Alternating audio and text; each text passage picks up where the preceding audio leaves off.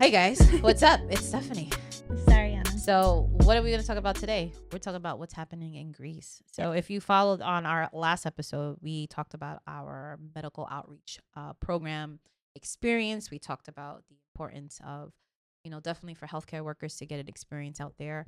Um, not American. Well, the way we practice medicine here is very different when they practice abroad. So, but we had a very humbling experience and it kind of solidified what we wanted to do. So, to follow Ariana's lead, Ariana had this really great idea to kind of help both locally and internationally. So, um, speaking about that, we were thinking about doing a student club. And I know we mentioned this in the last episode, but it didn't turn out the way Yeah. it did. It wouldn't go in the direction or align with our mission, Mhm. what we wanted to do.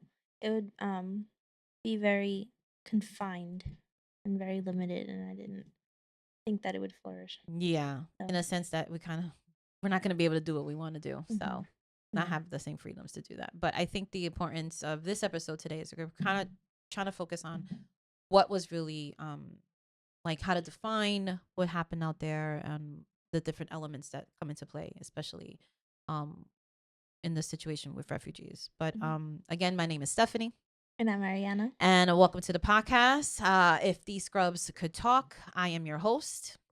And we are here to talk about what you guys need to know a little bit more in terms of what's happening in Greece. So, for our goal for this podcast, as always, we want to use this platform as an opportunity to talk about our experiences and challenges associated with going to nursing school. We're here to cheer you on, share our humbling experiences, give peer review research, funny antidotes, and our most authentic selves. So, tell us what's going to be on the focus for this episode today. So today we're going to be focusing on the refugee crisis in Greece, in Europe, Middle East, because it's one thing to go, and we spoke about it on our last episode. It's one thing to go for a medical outreach trip, but you have to know why you're doing it, The first place, yep. and is it something that's gonna go away? And this is something that really it's it's upsetting, It's very because upsetting. it's always going to be an issue. So I think that it's really good to always be educated on world events, not just what's happening in your community, but also happening in other countries. So we're just going to be focusing on what is a refugee, um, why they're fleeing from their country, and where do they go, and how are they treated once they arrive to where they set their eyes on going. Absolutely. And I think for us kind to taking a step back and trying to define what that is, some of that key takeaways that we can do is to really discuss the benefits of community and really doing medical outreach. Not just only that, but trying to find a way to continue with the work. The work is there. There's plenty for everybody to do and to participate. And it's really about us stressing about um, awareness. I think that's really what it is that more about awareness and being aware of other opportunities and other concerns that are surrounding the refugee population. So And then we'll tie up the ending, just educating you guys on how you can go about helping others internationally through charity organizations. And then one in particular that we did work closely with. Have her information that we'll elaborate on later, and how you can help. that would be awesome. And we had a great opportunity to work with the founder. And she is a busy, busy lady. We're trying to get in touch with her to see how we can continue helping. So, again, we're going to be putting that information at the end of the episode. We're going to put some links. We're going to put our articles, all our thoughts into that. So, we'll definitely take it from there. So, how do we define the whole situation? What is a refugee? So a refugee, according to the dictionary, is a person who's forced to leave their country due to persecution or conflict and unable or unwilling to return home safely. That's a lot. That is a mouthful. That is a mouthful. Hmm. Just to say that you are forced. That's very scary. And I think that that's what a lot of the situation we saw when we were in Greece, that a lot of these a lot of people were displaced. Displaced in the sense like um normally nobody would like pick up and go, but unless they were forced. because of conflict that's happening Mm. in So their country. some stories that we both heard were that it's often um, uh, for families to leave their home countries in the Middle East because of bombs Bombs. and explosions. Others are leaving for religious persecution.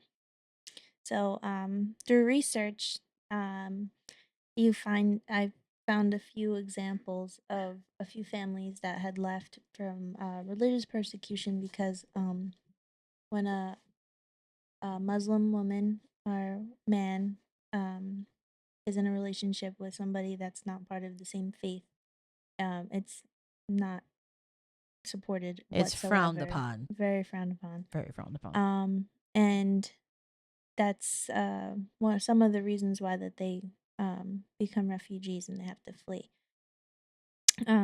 The largest area that refugees come from is Syria. Assyria.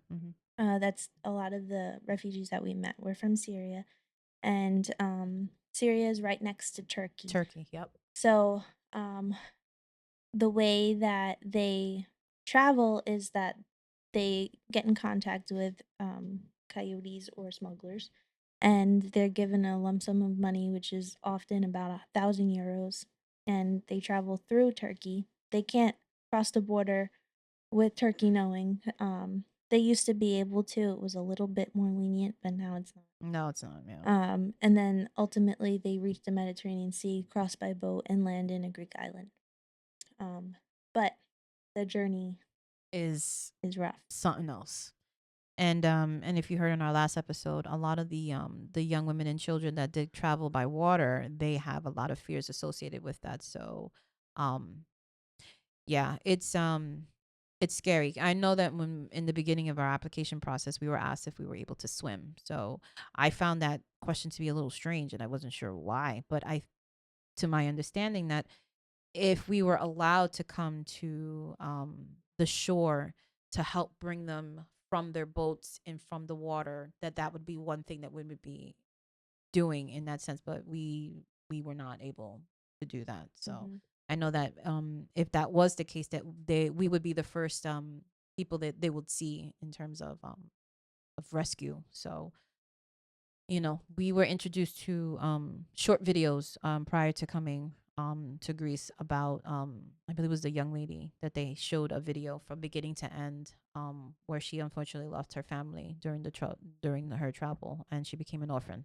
Mm-hmm. Somebody drowned, somebody died on that journey. So the journey itself is very sad and very complex in that sense. So Mm-hmm. So originally, um, when refugees would enter Turkey, they it was more lenient, like I had mentioned before, until about 2015 or 2013 in that range.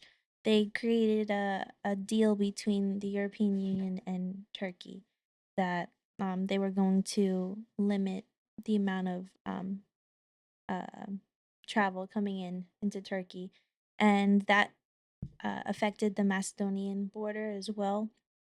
Um, so that when Syrian refugees would approach the border in Turkey, they'd be faced with a lot of violence, and only injured Syrian citizens would be allowed to come into Turkey because they would need to they seek would need medical medical care. care. Yeah. And once they did, they were able to stay. Um, but it's um, not the way it used to be. And around the same time when they would travel across the Mediterranean Sea, they would be welcomed by a lot of non-governmental organizations or NGOs Or NGOs. Yep. at Greek islands like Lesbos or Crete, and they'd be put into several rehabilitation centers, also known as detention camps. Detentions. I was gonna say detentions. Mhm. Yeah, makeshift. You know, camping Yeah. grounds to that sense for transition. Yeah. So that was So they were fleeing from war and religious persecution and all types of other dangers to now face dying from hunger, because these centers were not financially supported whatsoever. Um, so there was one camp in particular called Moira Camp, Mm. um, Mm-mm. and that camp was supposed to hold about 3,000 refugees, and they were holding 20,000 Dang. at a time. That, oh my God, the living conditions there must have been horrendous. Hmm. Yeah.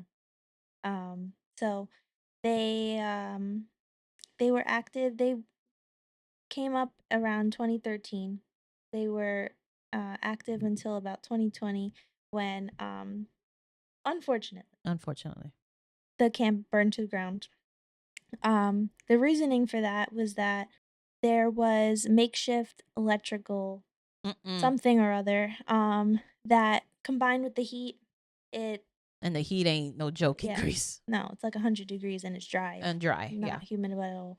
Um, the heat combined with whatever makeshift device that they created, it exploded, and it left about 11,000 refugees at the time displaced. They didn't have anywhere to go, And they so they have ended nowhere to up go. going on the streets. So, like when we were going shopping, for our home visits that we mentioned in the last episode, there's a large population of refugees in that In area that area. Yep. from this displacement. It's crazy. It's that with different organizations, just like Love Without Borders, like being able to provide them a home outside, of the the detention space. It's not easy. It's not easy just to kind of obtain that, because now it's not one or two people, one or families. We're talking about 11,000, 12,000, thirteen Hmm. thousand people we're trying to fit in these spaces. So it's a lot. It's a Hmm. lot.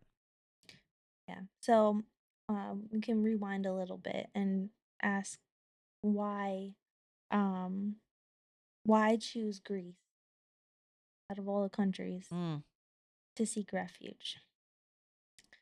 So what I researched is that Greece generally is not really, um what's the word I'm looking for? they're neutral. Yeah. They're neutral. Yeah. They're They're Switzerland. neutral. Yeah. Switzerland. But their economy is not very good. So they can take in the refugees and give them an opportunity to pass through, but they can't financially support them. Yeah, the upkeep is So not there. Yeah. when that situation with Turkey occurred with the European Union and Greece started taking in more and more refugees, the Greek citizens did not like that very much. No, they So didn't. they took the camps, and put them up in the mountains. Mountains. Yep. So um, M- that made a very tough situation with resources. Um, For access, for yep. resources, and they were closer to military bases. So now you have people that are in the military base closer to these refugee camps, and it's just, what do you do with that? Hmm. So that's scary. Yeah. So another reasoning for why a country is suitable for refugees and what made Greece that option for them is that um, there's two conditions that you have to meet, as a country, not officially, just morally, um, that it needs to offer effective protection. And because Greece is a neutral country, there's not much war. It's a safe environment from what we've What we experienced. We were able experienced, to yeah. walk the streets without, fear of something happening. It met that requirement. And then it also needs to meet not sending back the refugees. So there's something called a non refoulement obligation, which means that um, a country is not allowed to send back somebody who is in risk or at risk of their life because of war or anything. If they were fleeing for a reason, they are not allowed to They're be not sent allowed to back, be allowed to be sent which back. was Okay. established in the 1951 Geneva Convention. The Geneva So, Convention. yeah, Hmm. got a little bit of a history lesson Yeah, with there we that. go. So, we're more than nurses here. What are you saying? We dropping facts here. So, straight from that convention, it says a refugee should not be returned to a country where they face serious threats to their life or freedom. So now that brings back to why they can't stay in Turkey is because Turkey ratified that convention. Mm, And they also have geographical limitations because Syria is right next it's door. right next door. Yep. That's why it really poses an issue for refugees to seek asylum there.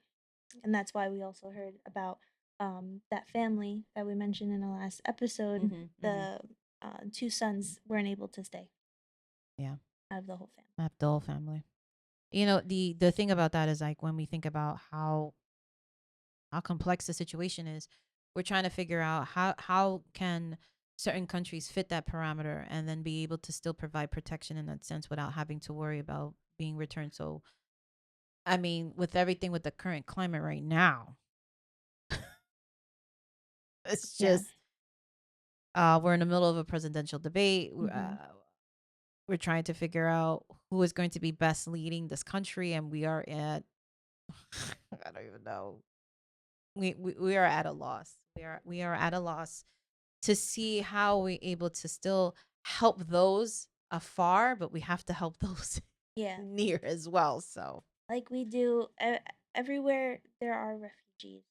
When you come to America, it's very hard for a European or Middle Eastern refugee to come to America for geographical reasons. You geographical have to reasons, yep. cross the Atlantic Ocean, which some of them are able to get it done through, shipping Shipping, freight yeah, ships and things like that. but But our, we have much more regulation on our borders, and there's its own issue and own conversation own about that. conversation about that.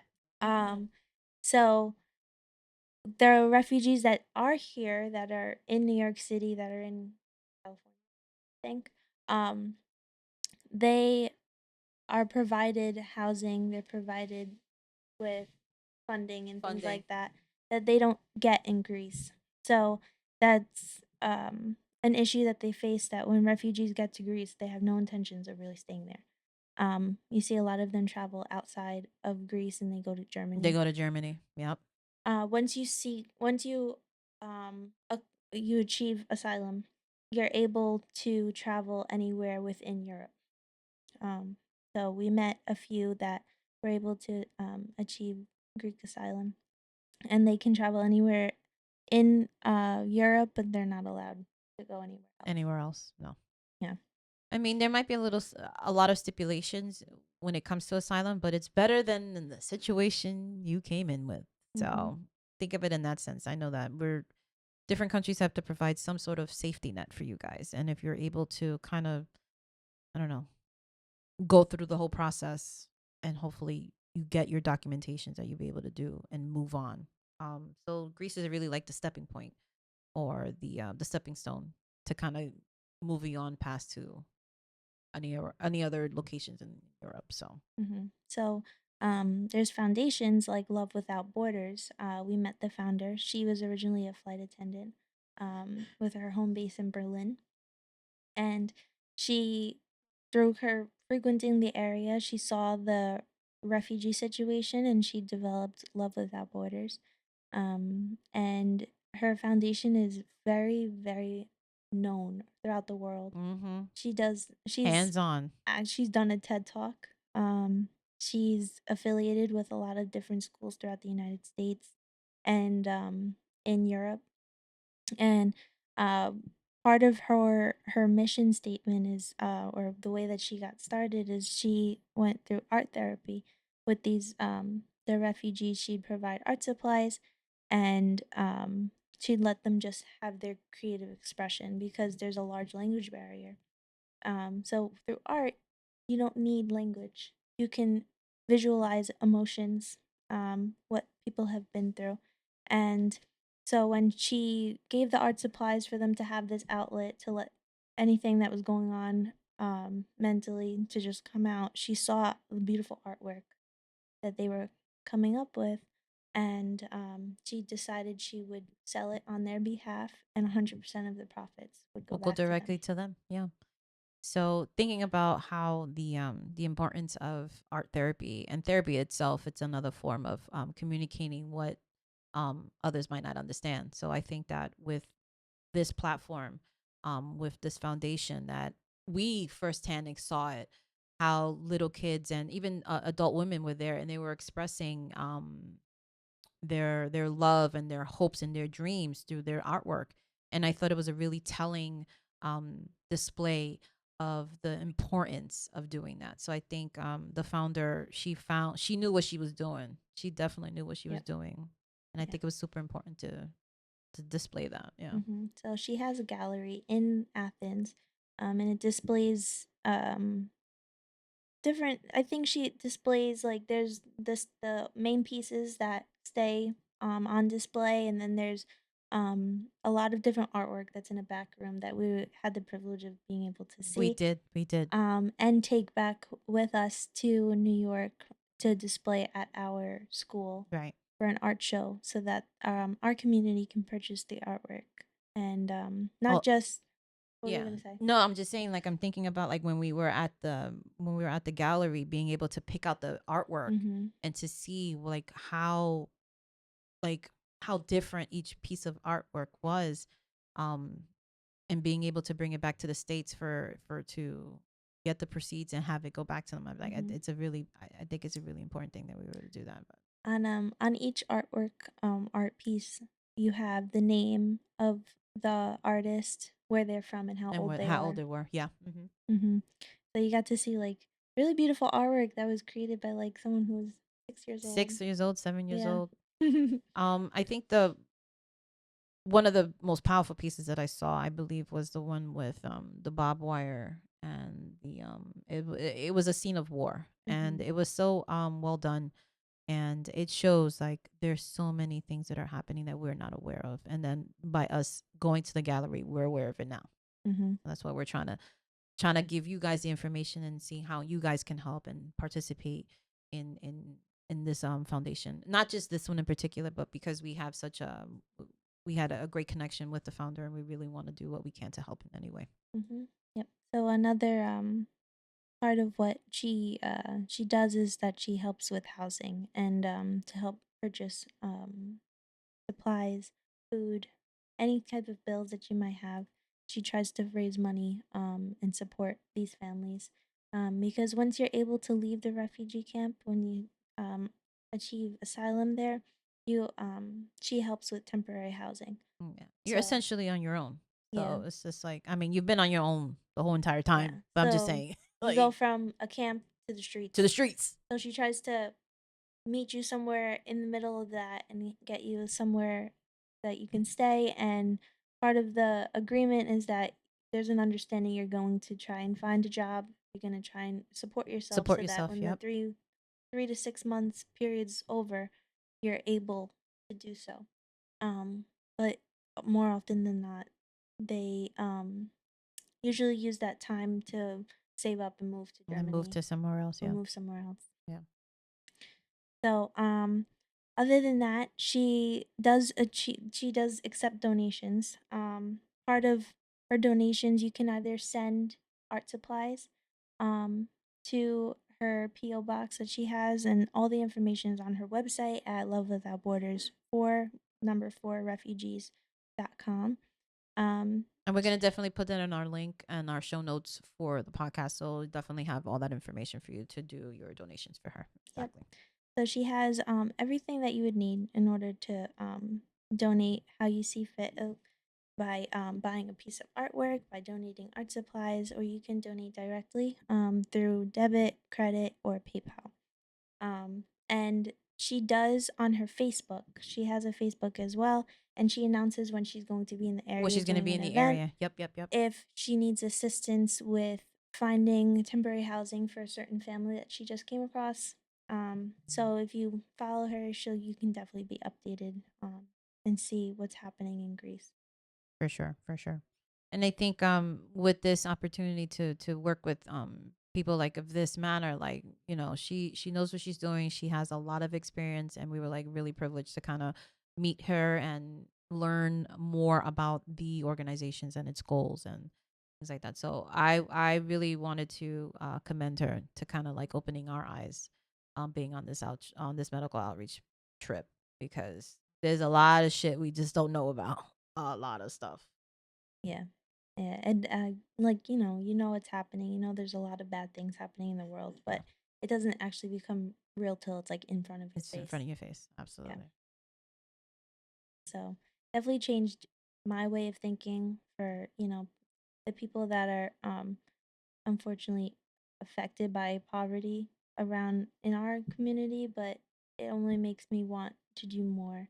So I have ideas of doing more charity work. There's a church that I live near. Every week, they or multiple times a week, they have a distribution. So they bring large trucks into a lower income area. They set up tables and give you reusable bags, and you can pick up whatever food supplies that you need. So that's something I definitely want to do in the future. Absolutely. And also incorporate household supplies and I think you were clothes. showing me something about they had an event for baby stuff. Yes. So another church near my house is doing a baby supply drive Mhm. Mhm. through a non for profit pregnancy services location. Oh, okay. So they're collecting all the essentials for children and for babies so that they can give it to the mothers that are expecting. I think that's also a great idea.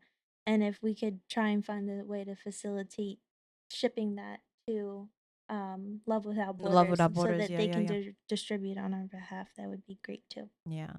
I think we have so many great intentions meeting at the middle, because there's so many things that we can do both near and far. So I guess by us here, we can try to participate, we can try to donate supplies, donate any way that we can. So this is really something that we want to try to highlight, bring awareness, because there's so much more that we could be doing for sure.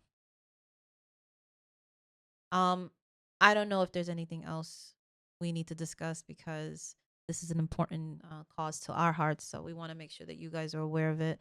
Um, Again, anytime we're talking about anything on the episode, we're gonna definitely add our links, add our socials. You can definitely email us at if these scrubs can talk at gmail.com. Again, when you go, you're going to check out these segments, you're going to check out these links, you're going to talk about all the different subjects we're going to be attaching to our show notes. And again, if you enjoyed this episode, you'll engage with us. Let us know. Tell us if you want us to talk about other things. If there's something we miss, if there's something like, oh, I know about this foundation. Oh, about you talk about this. Let us know. We're here to learn. We're here to engage with the community. We're here to help others in our surroundings. So I definitely want to thank you guys for joining us today, having this conversation with us, letting us know how important it is to participate in outreach, whether if it's local or far. But as Ariana mentioned before, it's so important to do your research. It's so important to do your research. I can't emphasize that enough, because you need to be well aware of what's going on. It So only takes 5 to 10 minutes that's it. That's it. out of Takes a your little, week to read about something that's happening. and you get informed about it, and then you be able to go ahead and make informed decisions when you get that information. So Hmm. again, on the next episode, we're going to be talking about other things, talking about how we struggling in nursing school. Our What are we going to, first two our weeks of first two nursing weeks of school. nursing school. So I'm excited and I'm stressed, and homework is doing too much. I'm doing too much homework and I We can't already get it done. got lots of stories for you. Ah! But I am your host, Stephanie. And I'm your host, Ariana. And you already know what happens here on the podcast. Can you imagine the stories and adventures each scrubs can tell? Because Because these these scrubs scrubs have have got got a a lot lot to to say. say. We will see you on the next one, guys. Take care. Bye. Bye.